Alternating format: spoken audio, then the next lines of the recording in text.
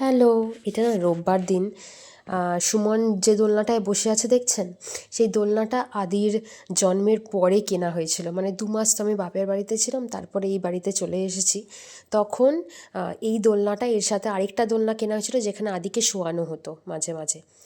আজকে রোববারের দিন বলে লুচি আর সাদা আলুর তরকারি করা হয়েছিল, সেটাই ছাদে নিয়ে এসেছি, ওকে খাওয়াচ্ছিলাম। আমাদেরও প্রায় শেষই হয়ে গেছে খাওয়া।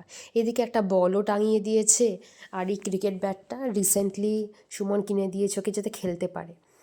আর ওইটাই আর কি প্র্যাকটিস করছে এখানে ব্যাট চালানো। এই প্রথমবার ক্রিকেট ব্যাট হাতে পেয়েছে। এখানে একটা ক্যাকটাস প্রজাতির গাছ দেখলেন, নামটা ঠিক আমি জানি না। এই লাল লঙ্কাগুলো কাঁচা লঙ্কার সাথেই আনা হয়েছিল, এগুলোকে আলাদা করে শাশুড়ি মা ওটা শুকনো লঙ্কায় কনভার্ট করার চেষ্টা চলছে। এখানে শ্বশুরমশাই স্নান টান করে ঠাকুরটা দিয়ে নিচ্ছে আর কি। নিচে এসে দেখুন, নিচে এসেছি তো আর কত রোদ। শীতের সময় রোদটা না ভীষণ ভাল লাগে, রোদ পোহাতে এইখানে বসে। আর আমাদের বারান্দায় আমাদের ঘরেও এত জানলা, তো প্রচুর রোদ আসে জানেন। গরমকালে তো টেকা যায় না, আর শীতকালে ততটাই ভালো লাগে। যাই হোক, শুক্রবার থেকে তো কাজ চলছে এখানে, আর অলরেডি আজকেও সেই কাজ কন্টিনিউ হচ্ছে। প্লাইয়ের কাজ যেটা হচ্ছিল, নিচের ক্যাবিনেটগুলো ঢাকা হচ্ছে।